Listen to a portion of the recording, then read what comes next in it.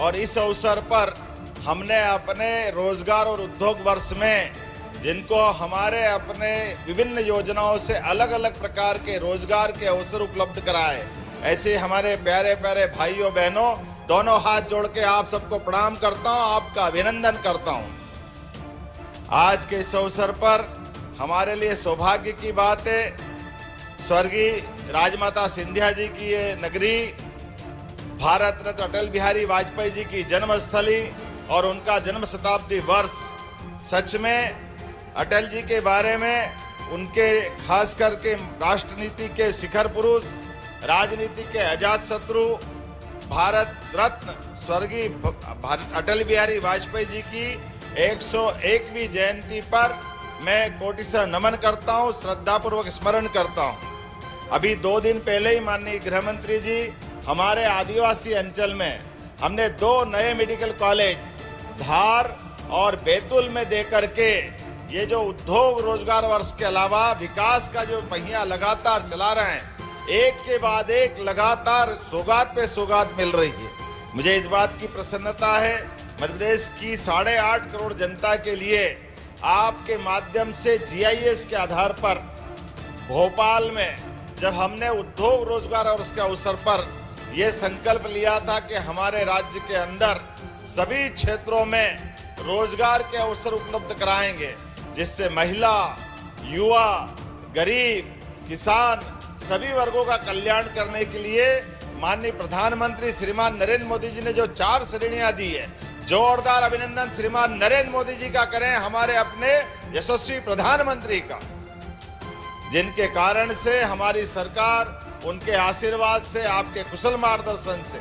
एक एक करके सभी क्षेत्रों में समान रूप से अपने विकास के नए आयाम रख रही। जब मैं उद्योग रोजगार वर्ष की बात कर रहा हूं, तो आज इस अवसर पर लगभग 2 लाख करोड़ के निवेश का जो सौगात आपने प्रदेश को दी है, वो अद्भुत दी है। लेकिन इसके अलावा भी माननीय गृह मंत्री जी को मैं धन्यवाद देना चाहूंगा। हमारी सालों पुरानी एक ऐसी 35 साल पुरानी परेशानी, जिसके आधार पर इस प्रदेश ने कई दंश सहे हैं, कई निरपराध लोगों के हाथ काटे गए, पैर काटे गए, हत्याएं की गई नक्सलवादियों द्वारा, और आपने अपनी माननीय प्रधानमंत्री जी के आशीर्वाद से और आपकी कुशल रणनीति के बलबूते पर ऐसे नक्सलवादियों के सफाये का, उनके सरेंडर का, नक्सलिज्म खत्म करने का, माओवादियों से ये जो देश को, प्रदेश को मुक्त कराने का संकल्प लिया, मुझे इस बात की प्रसन्नता है। आपने उसकी लाइन भी निश्चित की। आजादी के बाद पहली बार ऐसा एक तरह से इतने कठिन विषय को लेकर के एक संकल्प लेते हुए एक राजनेता, और केवल संकल्प के धनी नहीं, उसको मूर्त रूप कराने वाले गृह मंत्री हमारे बीच जब रहे, मुझे इस बात की प्रसन्नता है। आपके मार्गदर्शन में मध्य प्रदेश ने 11 दिसंबर को लाल सलाम को आखिरी सलाम किया है। मैं आपको बधाई देना चाहता हूं। सच में ये बहुत बड़ा काम आपके माध्यम से हुआ है, जिसके आधार पर कांग्रेस के लोग, जिनने अपने शासनकाल में अपने एक मंत्री को खोया, वो मुख्यमंत्री दुर्भाग्य के साथ कहना पड़ेगा, अपने ऐसे घटनाक्रम के बाद भी उन दुर्दांत नक्सलवादियों के लिए जब हमारे सिपाही बहादुरी पूर्वक अपने बलिदान से लंबी परंपरा कायम करते हुए हमारे लिए नक्सलिज्म के खिलाफ आम जनता को बचाने का प्रयास करते हैं, हमारी पुलिस उनको मारती है, तो दुर्भाग्य के साथ कहना पड़ेगा कांग्रेस के नेता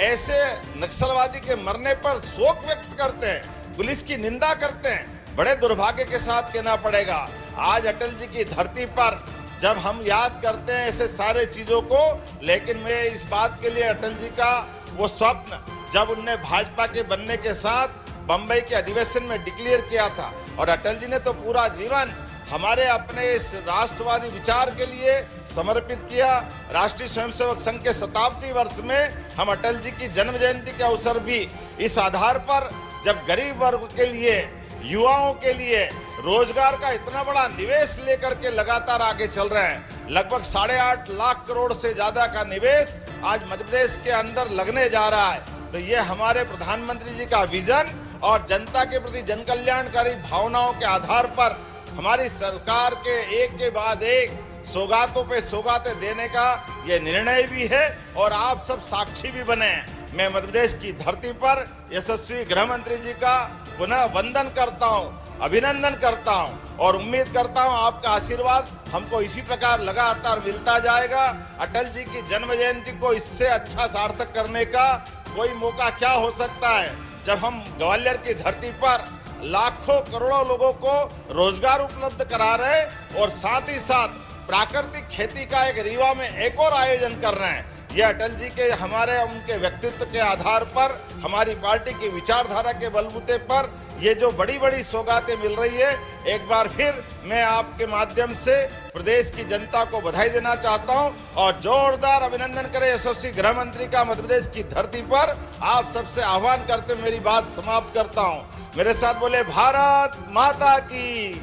सागर का शानदार hotel, royal palace, swimming pool, Kohinoor restaurant, diamond bar के साथ AC luxury room, banquet hall एवं कॉर्पोरेट जगत के लिए मीटिंग हॉल। तो अपने यादगार पलों को बनाएं और भी खूबसूरत होटल रॉयल पैलेस के साथ। हमारा पता है किला कोठी, राजघाट रोड, तिली, सागर, मध्य प्रदेश।